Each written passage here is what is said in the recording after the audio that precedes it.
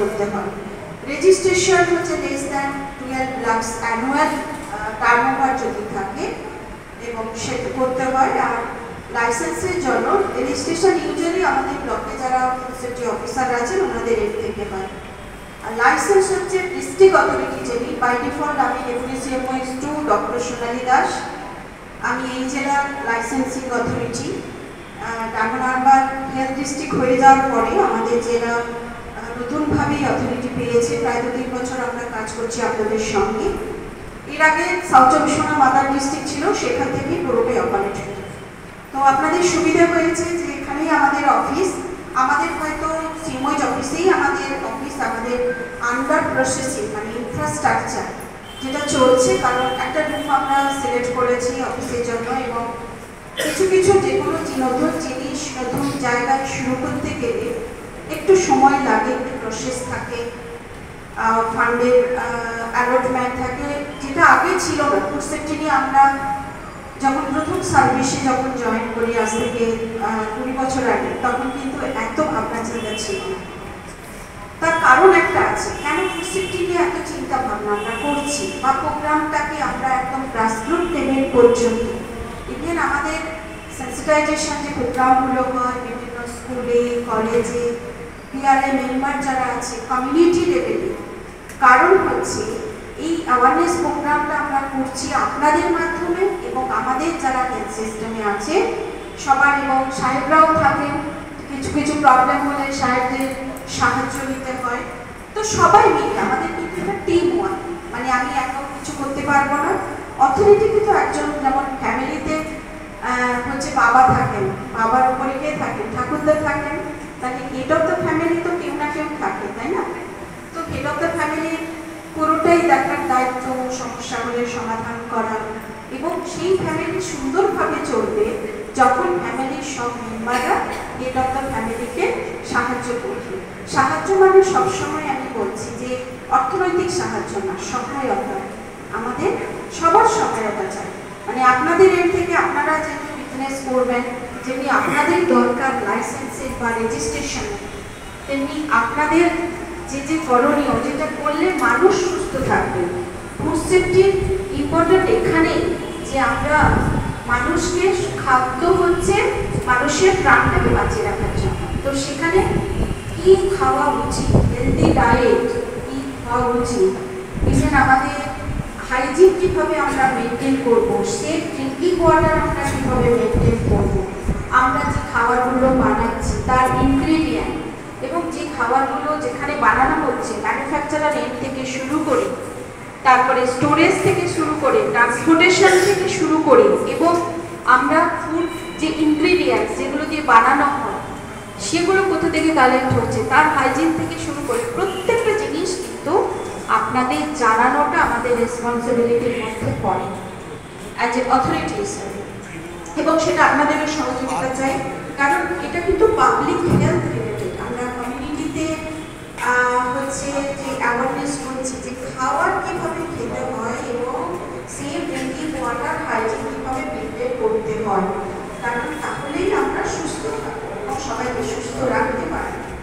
আপনারা অনেকেই জানেন এখন সবাই আমরা media, social media, news paper, নিজেদের পড়াশুনো, আশেপাশের মানুষজনদের সঙ্গে আলোচনা, এইরকম ট্রেনিং অ্যাটেন্ড করা, এখান থেকে আমরা কিন্তু নিজেদের এনগেজ করতে পারি, নিজেদের নলেজটাকে আপডেট করতে পারি, নিজেদের সুস্থ রাখার জন্য এবং পরিবারকে সুস্থ রাখার জন্য, এবং আমরা যে কমিউনিটিতে থাকছি, যেখানে বাস করছি, সেখানেও সুস্থ মানুষজনকে সুস্থ রাখার জন্য।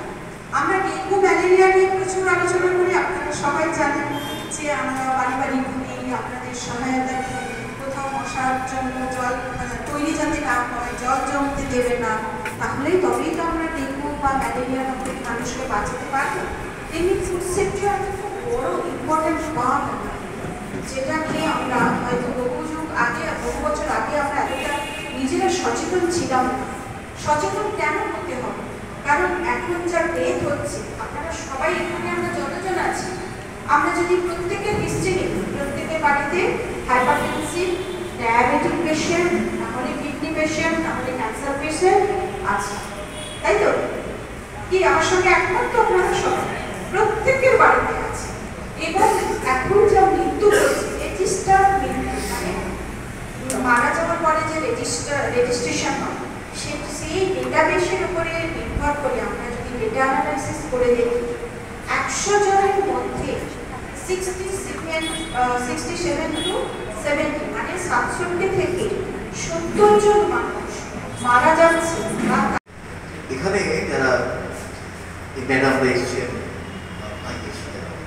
আর আপনি চানাচুর প্রস্তুত কারুকার ব্যবসায়ী তারা আছেন, খাদ্য নিরাপত্তা অর্থাৎ চানাচুরটা তৈরি হয় কেমনভাবে, তাতে কোনো অসুবিধা আছে কিনা, কোনো ক্ষতি হতে পারে কিনা, বা কত ক্যালোরি ব্যবহার করা উচিত, এই সমস্ত ব্যাপারে ওরা ট্রেনিং দেবে নিশ্চিত।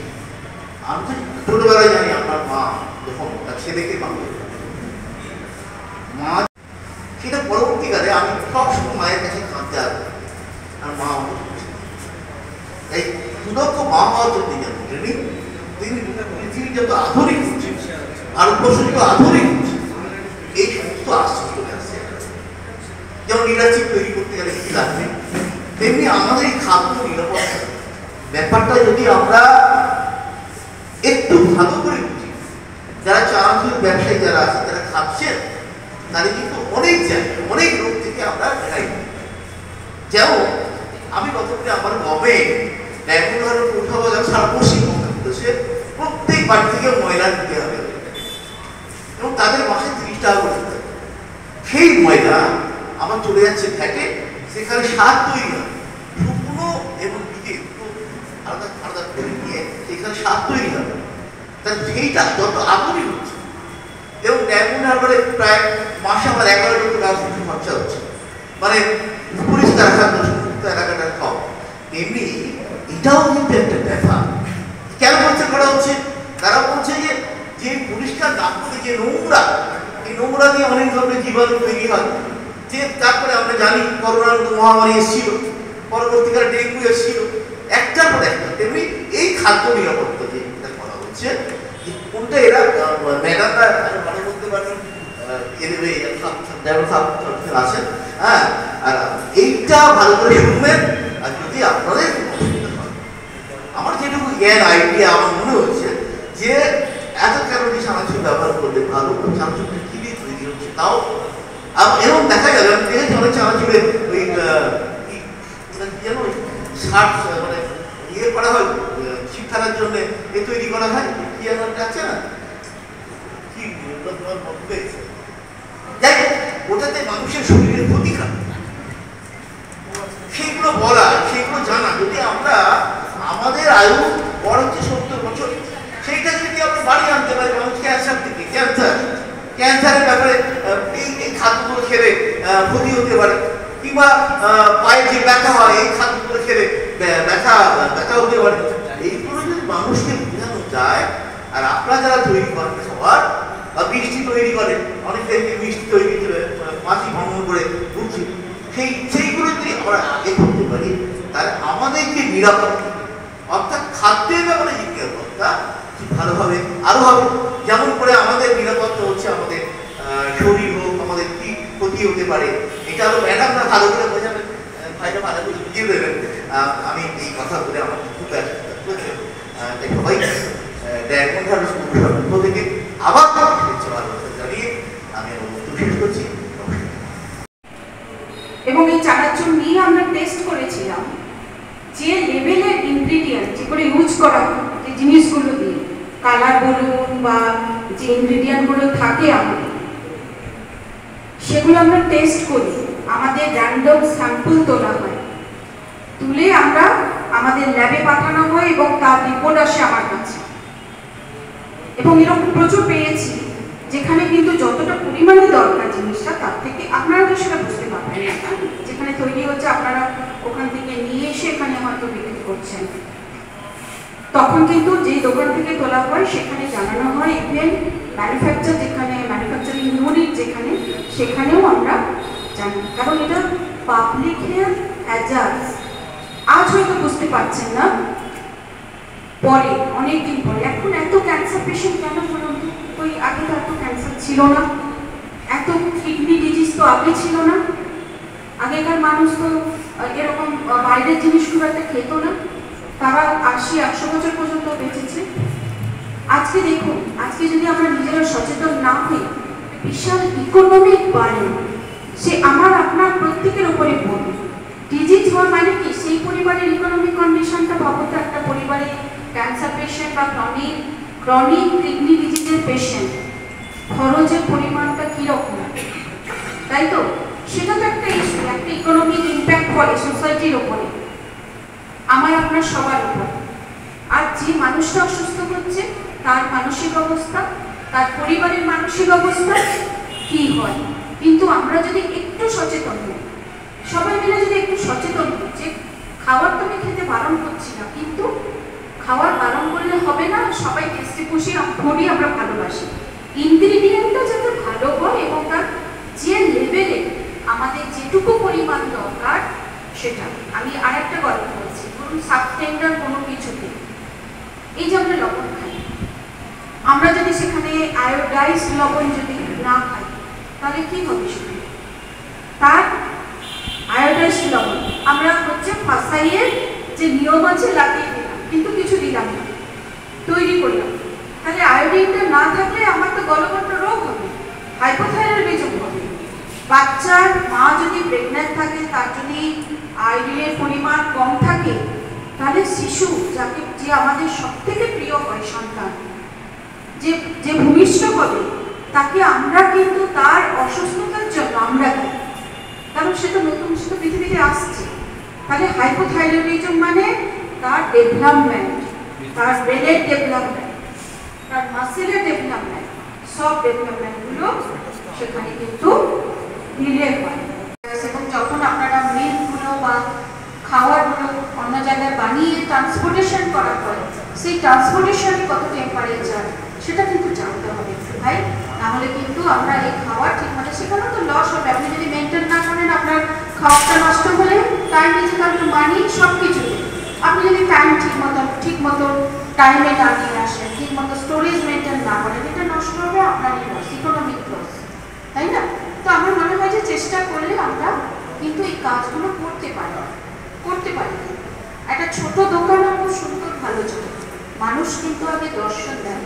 আর পরিষ্কার পরিচ্ছন্নতা, আপনার পরিষ্কার পরিচ্ছন্নতা দেখে মানুষ খাওয়ারের জিনিস তো বলুন, সে জায়গায় পরিষ্কার পরিচ্ছন্ন থাকলে তার অ্যাট্রাকশন অন্য কিছু থাকে। আর যেটা প্যাকেট ফুডের মধ্যে আমরা এই জিনিসগুলো দেখে নেব। আর বিশেষ করে পেস্ট কন্ট্রোলটা আপনাদের বলে, আমি বিভিন্ন জায়গায় ভিজিটে গিয়ে দেখেছি, পেস্ট কন্ট্রোলে ইঁদুর ঢুকছে সেটা করলে হয়ে যাবে না। আপনাদের যেমন লস হয়, তেমনি মানুষেরও ক্ষতি হয়।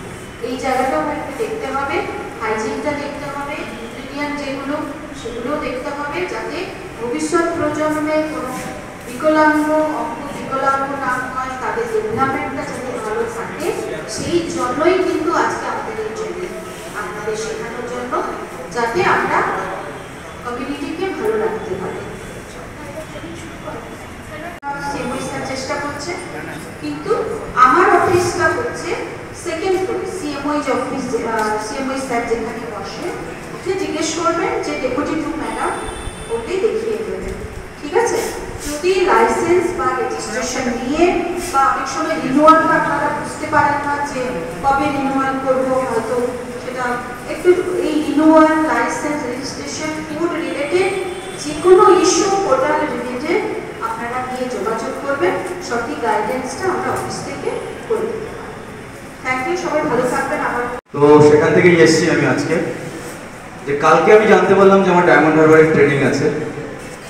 তো আমারও খুব ভালো লাগছে যে বাড়ির কাছেই আমি আমার ট্রেনিংটা দিচ্ছি। সারা ভারতবর্ষে মোটামুটি সব মিলিয়ে 4300 জন ট্রেনার রয়েছে, মানে 140 কোটির মানুষের মাত্র 4300 ট্রেনার। তো আমি তার মধ্যে একজন ট্রেনিং দিই। আমি হোটেল ম্যানেজমেন্ট করেছি 2003-2006-এ সোনারপুর থেকে। তারপর থেকে কন্টিনিউ আমি হোটেল ইন্ডাস্ট্রিতে চাকরি করছি। কতজন জানেন? দেখুন, লজ্জা পাবেন না, শিক্ষার শেষ নেই, শেখার বয়স নেই। টিল ডেথ, মানে শেষ শ্বাস পর্যন্ত আপনি শিখতে পারবেন, শেখাতে পারবেন। কারণ পৃথিবীতে প্রত্যেকটা মানুষ সমস্ত কিছু জানে না, তাই না? হয়তো আপনি খুব ভালো ক্রিকেট খেলতে পারেন, আমি ফুটবল খেলতে পারি, তাই তো স্যার? সেটাই তো হয়। তো শিক্ষার শেষ নেই, শেখার কোনো বয়স নেই। যা শিখছি আমরা শেষ পর্যন্ত যদি আমরা ক্যারি করতে পারি তাহলে সেটা দেখবেন অমূল্য রতন। FSSAI, FSSAI কথার অর্থ হচ্ছে food safety standard authority of India. এদের কাজ কি? ভারত সরকারের একটা সংস্থা, যাদের কাজ হচ্ছে যে আপনি এক্ষুনি খাবারটা খাচ্ছেন, আপনার সামনে যে দিল, তার গুণগত মান ঠিক আছে কিনা চেক করার দায়িত্ব।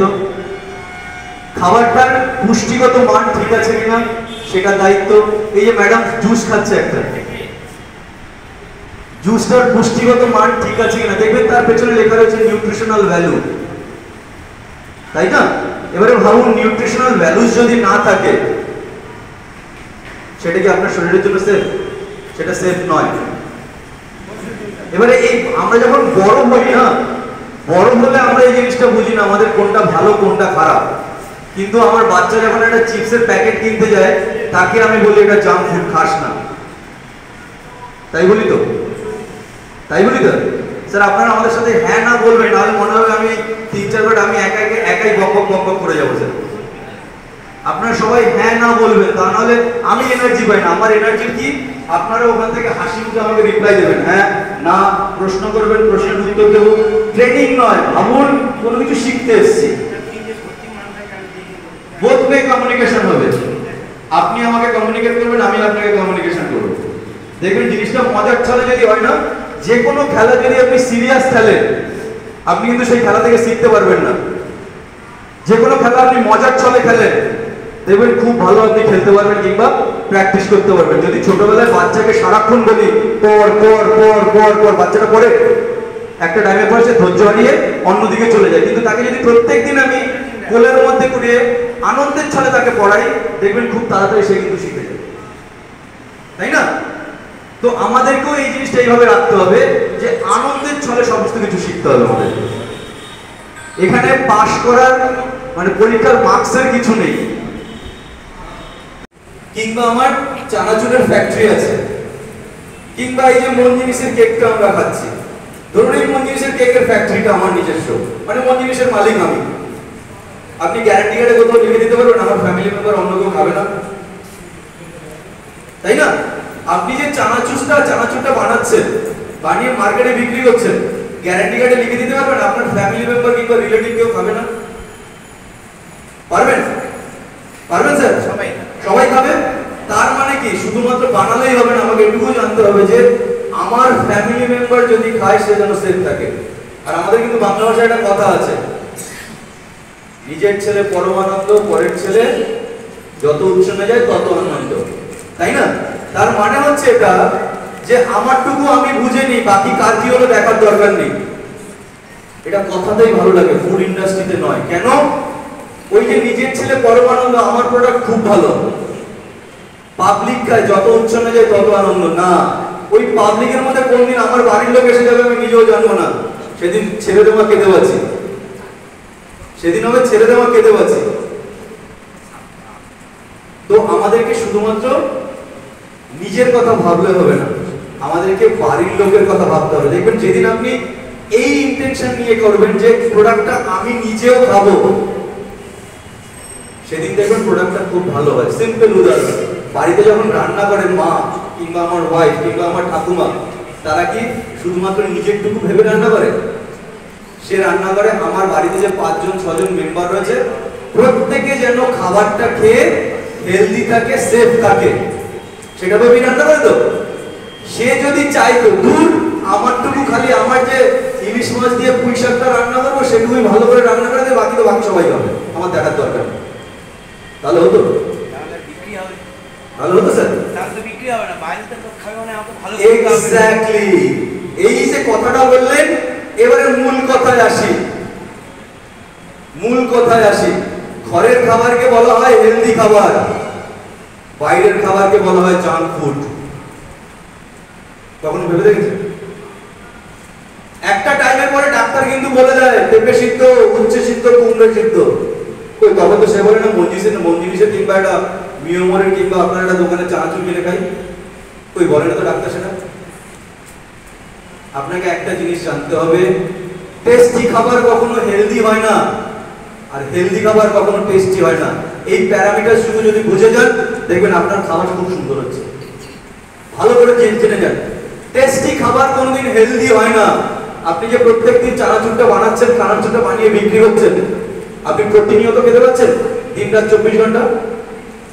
কিন্তু বাড়িতে পান্তা ভাত যদি দেয় না, 3 বেলা পান্তা ভাত 1 থালা করে খেয়ে নেবেন, তবু আপনার শরীরের ক্ষতি হয় না কোনো কিছু। তো 3 বেলা আপনি বিরিয়ানি খেয়ে আপনি থাকুন তো দেখি, ওই 3 বেলা এগ রোল খেয়ে থাকুন তো দেখি আপনি, ওই 3 বেলা শুধু মুড়ি চানাচুর খেয়ে থাকুন তো আপনি, পারবেন না। কিন্তু বাড়িতে সকালবেলা যদি আলু সিদ্ধ ভাত কিংবা মাছের ঝোল ভাত দেয়, আপনি যেই খাবেন ঠিক 12টা 1টা বাজবে আপনার আবার খিদে পাবে, আবার খিদে পাবে। ঠিক খাবেন, খেয়ে বিকেল হতে না হতেই মনে আবার পেটে টান পড়েছে, একটু মুড়ি নিয়ে বসবে। 8টা 8:30 9টা বাজলো, আবার মনে হলো কতক্ষণ এক খাবার নিয়ে বসবো। বাড়ির খাবারকে এই জন্য হেলদি খাবার বলা হয়, বাইরের খাবারকে জাঙ্ক ফুড বলা হয়। কেন বলা হয়? কারণ বাড়িতে রান্না করার সময় যে যে প্যারামিটারস গুলো মেনটেন করা হয়, যে যে সুরক্ষা কবচগুলো মেনটেন করা হয়, সেগুলো আমাদের খাবার যখন বানাই, প্রোডাকশন করি, মার্কেটে বিক্রি করি, তখন কিন্তু এই জিনিসগুলো মেনটেন করা হয় না। সেই জন্যই বলা হয় ঘরের খাবার হেলদি ফুড, বাইরের খাবার জাঙ্ক ফুড। একটা টাইমে কিন্তু আপনি আপনার ছেলেকে সবসময় কিংবা বাচ্চাকে সবসময় এই জিনিসটাই বলার, বাইরের খাবার কম খাবে, ঘরের খাবার খাবে। কেন? তোমার শরীরের পক্ষে উপকারী নয়। তোমাকে আগে স্যানিটাইজ করতে হবে, তোমাকে মেডিটেশন করতে হবে। আমার এই ডায়মন্ড হারবার পৌরসভার একটা আজকে মূলত খাদ্য যে আমাদের সুরক্ষা দপ্তর রয়েছে তার একটি প্রশিক্ষণ হচ্ছে, যেটা মূলত যারা খাদ্য নির্মাতা বা প্রস্তুতকারক তারা যে খাবারটা বানাচ্ছে সেটাই তো আমাদের মার্কেটে বিক্রি হচ্ছে। তো সেই খাবারের তাদের কি হাইজিন, কি কোয়ালিটি, কি স্ট্যান্ডার্ড মানা উচিত, সেইটার ওপরে পশ্চিমবঙ্গ সরকারের উদ্যোগে খাদ্য সুরক্ষা দপ্তরের হয়ে ডায়মন্ড হারবার স্বাস্থ্য জেলার থেকে খাদ্য সুরক্ষা দপ্তর, জেলা দপ্তর এবং তার যে ফুড সেফটি অফিসার, তারা এই প্রোগ্রামটাকে অর্গানাইজ করছেন এবং এসছেন আজকে প্রায় 70 জন ম্যানুফ্যাকচারার, 70 জন প্রস্তুতকারক আজকে এসছেন জেলার বিভিন্ন প্রান্ত থেকে। আমি বলি এরা প্রায় আপনার Mathurapur 1 number block, 2 number block, Kulpi, Mandirbazar, Diamond Harbour 1, Diamond Harbour 2 এবং ডায়মন্ড হারবার মিউনিসিপ্যালিটি, মোটামুটি এরকম 7খানা ব্লক আপনি বা মিউনিসিপ্যালিটি মিলিয়ে এরা আজকে এসছে। এই প্রোগ্রাম কালকেও হবে, কালকে আসবে বাদবাকি মানে যেগুলো প্রান্তিক ব্লক আমাদের, যেমন নামখানা, পাথর, ওদিকে ফলতা, মগরাহাট, এখান থেকেও কালকে আসবে। এটাই আজকে আমাদের প্রোগ্রাম। আমার নাম অর্ঘদীপ নাথ, আমি ফুড সেফটি অফিসার। আমি পোস্টেড আছি মথুরাপুর ব্লকে, ডায়মন্ড হারবার স্বাস্থ্য জেলার আন্ডারে। নমস্কার। আজকের যে প্রোগ্রামটা হচ্ছে, আমি ডায়মন্ড হারবার স্বাস্থ্য জেলার একজন ফুড সেফটি অফিসার। আমার নাম ডক্টর মুকুলিকা বাগচি।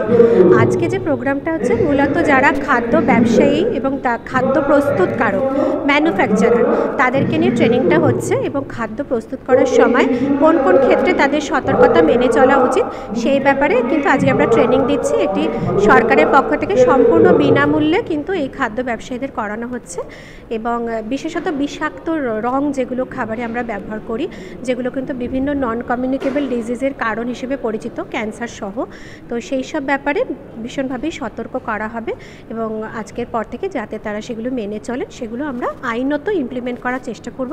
আজকের ট্রেনিংটাও কিন্তু ফুড সেফটি অ্যাক্টের যে বলা আছে আমাদের ধারা, সেই মেনেই কিন্তু আইন মাফিক এই ট্রেনিংটি দেওয়া হচ্ছে। তো হ্যাঁ, এই প্রোগ্রাম কিন্তু সারা পশ্চিমবঙ্গ জুড়েই হচ্ছে, শুধু পশ্চিমবঙ্গ না সারা ভারত জুড়েই হচ্ছে এবং এই মুহূর্তে যেহেতু আমাদের জেলায় হচ্ছে, আমাদের জেলায় এবছর আমরা প্রায় 1100 জনকে ট্রেনিং করানোর টার্গেট আছে আমাদের। আশা করি সেই টার্গেট আমরা ফুলফিল করতে পারবো এবং সকলেরই আস্তে আস্তে এই ট্রেনিংটি হয়ে যাবে এবং সার্টিফিকেটের মাধ্যমে তারা কিন্তু এটা একটা স্বীকৃতিও পাবেন।